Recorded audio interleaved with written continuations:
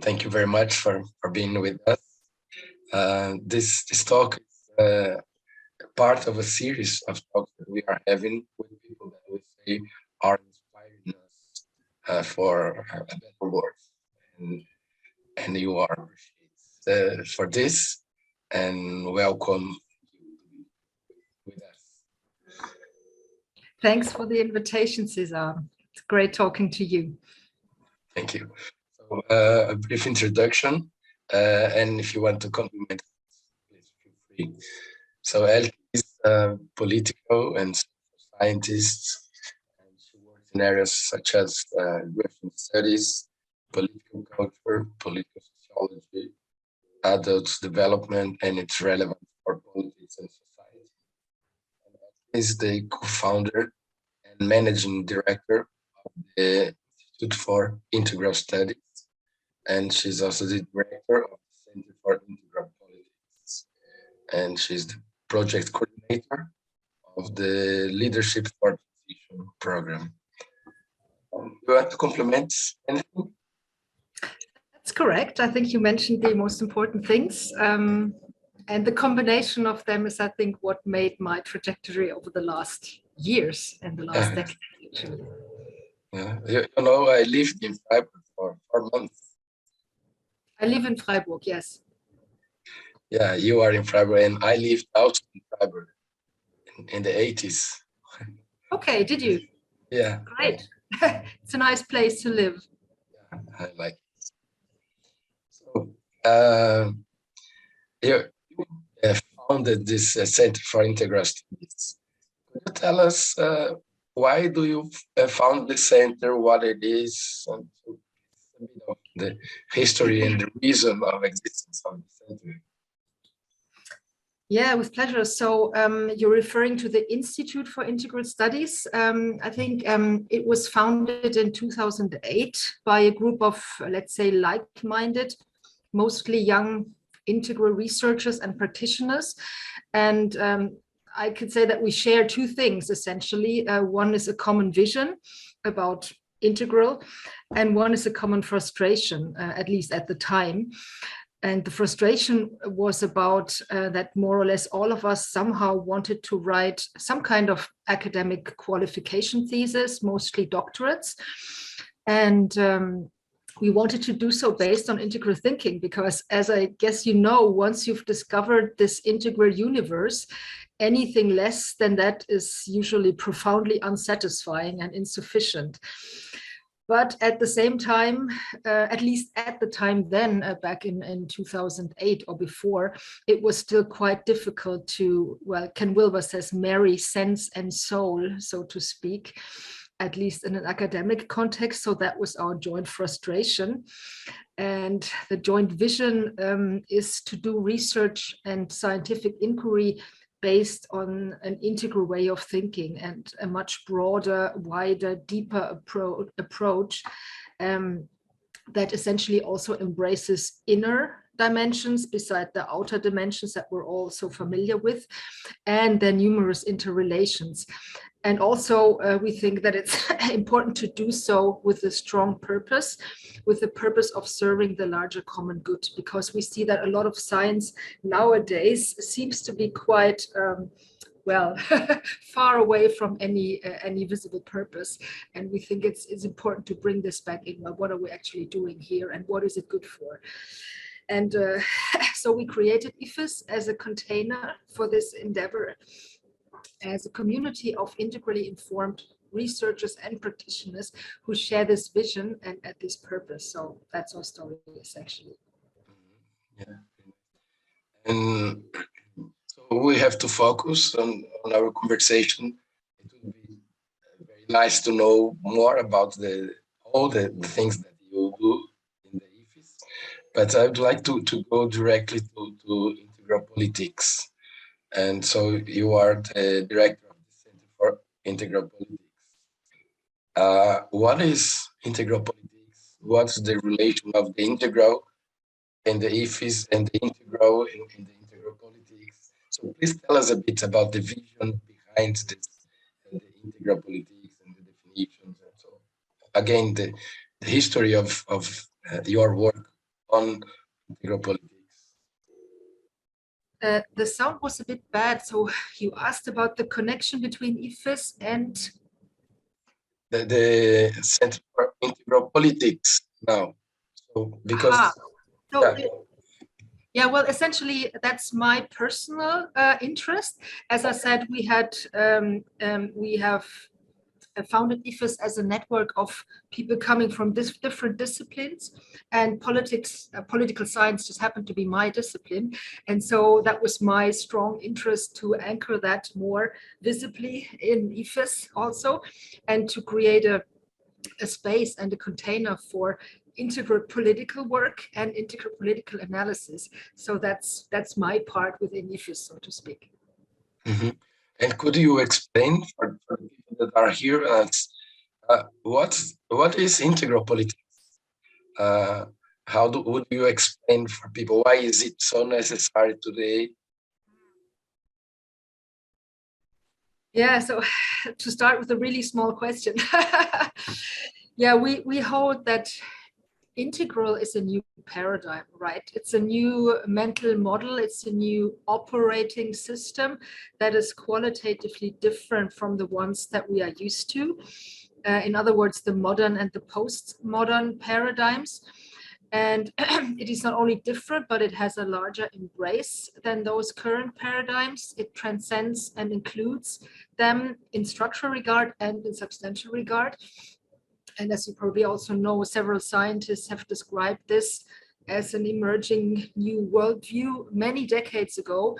The most well-known ones are Jean Gebser and Claire Graves, who have both worked with empirical observation, but used completely different methodologies to come to the same results, which is very interesting. And they said there is bound to come something new that is able to heal the shortcomings of our current ways of being in the world. And we need this urgently today. We need this new paradigm very urgently today, because as Otto Scharmer has said, we are collectively producing results that nobody wants with our current paradigms. And that's because of the limitations of our current paradigms and their inability to see and to apprehend the consequences of its own behavior, which leads not only to mass extinction, we must say, and the destruction of our planet, but also to a dissociation of us humans with our fellow beings, and ultimately also with our own deeper sources and our deeper purpose and energy. So there are these three divides that are somehow a product of the current way of being in the world. And we need something that is more adequate, that is more encompassing, to help us actually acknowledge that, and then to change it and to shift our focus. I can continue a little bit if you want. So I mean, if we look at politics, the current politics is always very much about, scapegoating and blaming things, blaming people for doing things in a wrong way. But when it comes to this paradigmatic question and the limitations of this paradigm, there's no one in particular to blame for this. No, we are all part of these processes, and we're all somehow contributing to them, even unless we wake up to the fact that our current paradigm no longer serves us, right? That it has actually become dysfunctional and even destructive. So the question is, what does Integral have to offer? And based on our last project, which was about leadership for transition in view of transforming politics, we came up with, let's say, a short answer. And that short answer is that its outreach and its approach is deeper, wider, and longer. And that means that it goes deeper by sensing the problem behind the problem, so to speak, the need behind the need. It is wider by including more perspectives. and it is longer by embracing the long term and the unintended consequences of our decisions. And so it takes a perspective on anything, really, on humanity and the planet, that includes also past and future generations. And we have some more explanation and some more detail on that on our project website, which is www.politicsforfuture.eu, if you want to check it out. Yeah. You are talking about a paradigm shift. This is a very hard thing because we live in a paradigm, and some of the problems you are bringing are long-term problems. And you mentioned also the project Leadership for Transition. In that program, you produce a lot of materials, resources, and ways of moving people, I believe, to understand that these long-term problems must be tackled. How do you get this for people? So people that are involved in politics now, but they are not politicians themselves. So they have the worry of solving short-term problems. How do you connect this mentality, the mindset of people to acknowledge long-term necessities? I'm afraid the sound was a bit bad. We met during a presentation you did for a group that works with sense making, and that's acknowledged the framework of the kinetics. So, could you tell us what is the relation or the importance of accepting and understanding complexity for integral studies, integral politics? So, could you make a connection? Did you say complexity? Because that was cut. Okay. Sorry. We're having tech issues and health issues, but that's all part of life, right?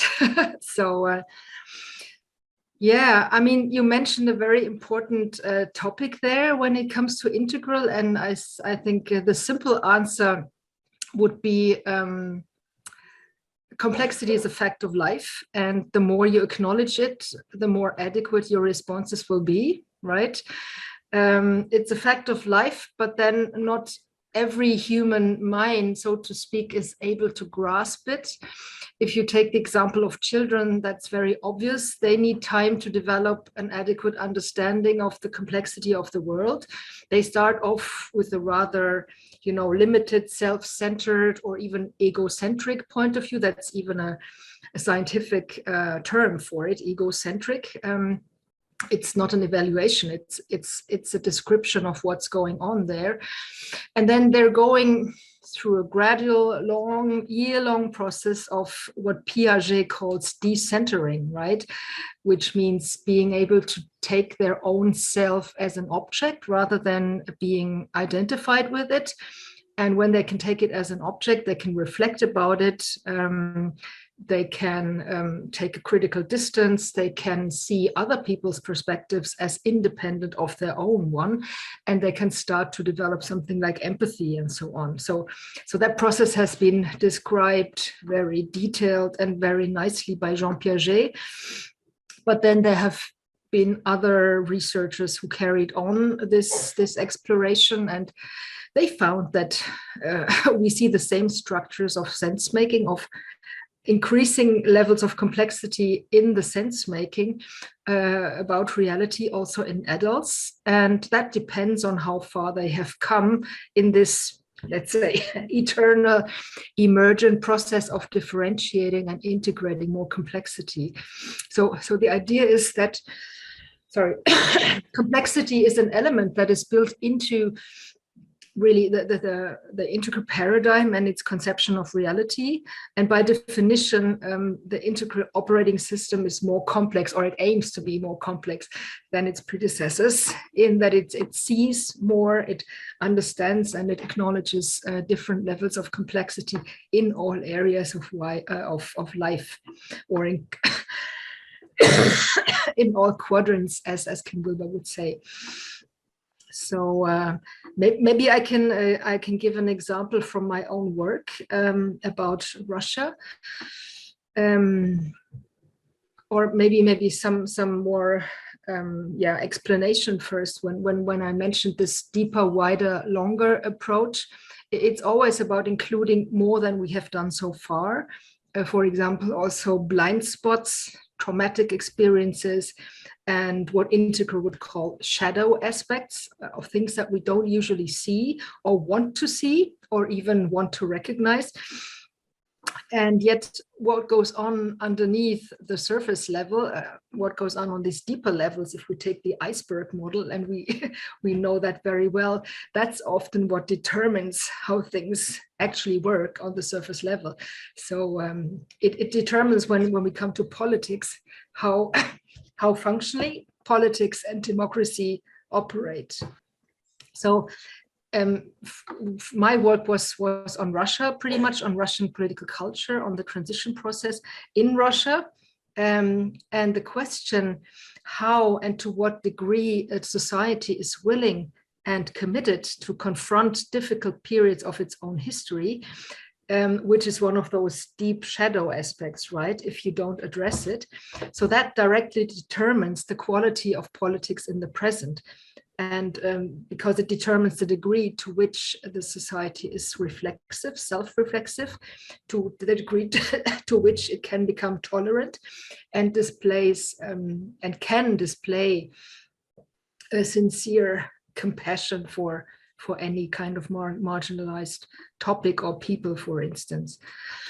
And I mean, I guess that's what Germany has done after World War II. And I'm not saying that everything was perfect, and neither was it always happening on its own initiative. But that is what is painfully missing in Russia today. And we see it every day, confronting the undemocratic Soviet past and integrating all that trauma and the learnings from that into something like a more mature and more compassionate political culture is not happening. There has never happened after the Soviet Union. And if you don't do that, you're bound to repeat the past. And that's a very, very sad example of the truth of this, of this mechanism, I'm afraid. Yeah. You mentioned that you bring things that are underneath. You don't see it in the surface. How can you include people themselves? Because when you use a tool like making, you can provide the data back, the visualization back to the people that produce, and then you can find these shadows. But are the people themselves aware of that things that made transparent after you get this information and turn it into a visualization? So what's the role of the people themselves and awareness of themselves in seeing this underneath reality? Again, the sound was a bit cut, but I heard that you asked about the SenseMaker tool and the methodology that we used in the LIFT project for exploring those deeper layers of what's actually going on, the deeper layers of reality, we can say, what's going on in people's minds and in their sense making and their reasoning about reality. And that's actually a wonderful tool because it helps us to go a lot deeper than what conventional surveys can do. We ask people to tell us simple stories from their everyday life, and then to sort of frame those stories in a way where they can identify tensions that they might find themselves in. So this produces a whole map, let's say, of sense making that is not going through the bias of any researchers' classifications or categorizations, because the people themselves who fill out the tool, they make the evaluation themselves on which tension they see their story in. And so that is a very democratic, let's say, way of putting sense making back where it belongs, to the people themselves. And then the other thing that you referred to was a sense making process in the sense of mirroring back the results of such a capture, of such a survey, to those who have participated, or to a smaller group, or like maybe a leadership when it comes to organizations. Maybe not the whole group, which can be very large. The whole group of respondents is able to participate in the reflective session, but like a smaller group. And yes, so what happens there is that we mirror back the data and the maps that were created with technical support, and make it visible to the audience, where they can see themselves. Here we have a cluster of stories that are very negative, that are talking about a certain issue that might have been under the surface so far. And so what do we do about it? And you give that question back to them directly. You don't give the answers yourself, but really ask them and work with them together about, well, what do we want? Do we want to do something about it to get more stories like this and less stories of that? And so that, again, is a very democratic approach to sense making, right? Which has had beautiful results already in the past, and yeah, we're quite amazed about the tool. Yeah, this is a nice way to trigger collective intelligence, because they are representatives of a group, and then they can bring new ideas and propose things. This is more or less the opposite of what usually happens in politics. When someone creates a narrative and spreads that narrative, sometimes it is a fictitious narrative that moves people in the direction that someone wants. For instance, in the ultra-right parties or ultra-left parties. So it's so moved by narratives that are strong and that appeal to emotions, to fear, to anger. And how would you counteract, because this process is so slow that you were describing? So people bring things that are underneath, they reflect, they go back, think about actions, and this is very, very fast. So the other part that you move people to take decisions. I'm asking this question because we are living in Brazil now, a moment of elections, and all these narratives are being used. Lots of fake news, and so making people move in directions that we would say it's kind of blind people that are not reflecting. They are just using their emotion to go to a different direction. How would you balance things? This is complex, this is so hard, this is a slow movement, and this is fast, and this is moving the mass, the collective. How would you counteract these things? Well, yeah, there are several questions in this question, Yeah. and of course quite challenging ones, especially for me not living in Brazil. And of course, you're in a very difficult situation there right now, and about to take a very important decision in the elections. And yeah, it seems a little bit like the choice between pest and cholera, I guess. Yeah, so where can I start? Building up on what I said earlier, well, the thing about less complex ways of meaning making, also that is a fact of life, right? And generally, it is oftentimes the case that people are doing their best. I would not imply per se that there is some kind of evil will behind it or some kind of bad strategy, as it sometimes suggested, so to speak. I would just assume that what we see in people is that what we see them thinking, saying, and doing is the most complex thinking they are capable of. So probably more complex thinking is beyond their current capacities, right? And that's a different point of departure than assuming some kind of evil will and then becoming defensive, right? And it implies a different kind of response.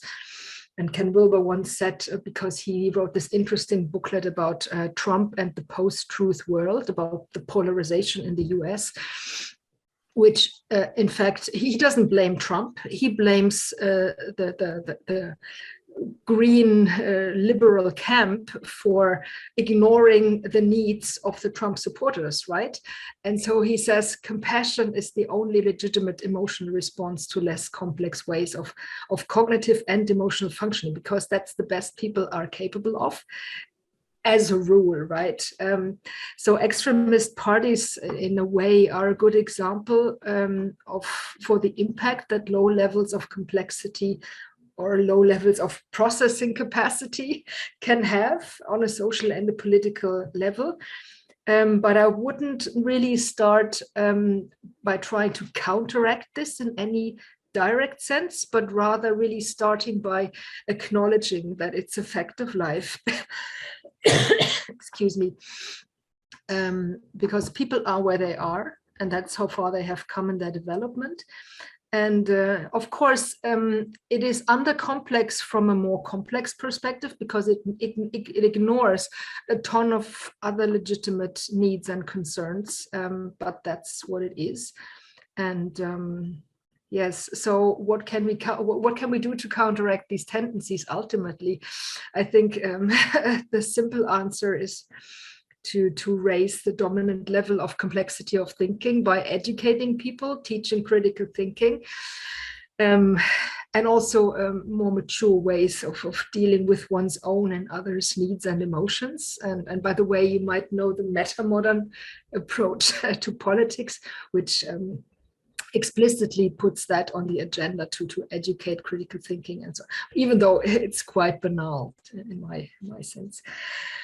Yeah, and second, another, I think, important response from that integral perspective would be, a second response would be by really taking people's concerns seriously. That means by listening to what they have to say, instead of pushing them into a corner and evaluating them.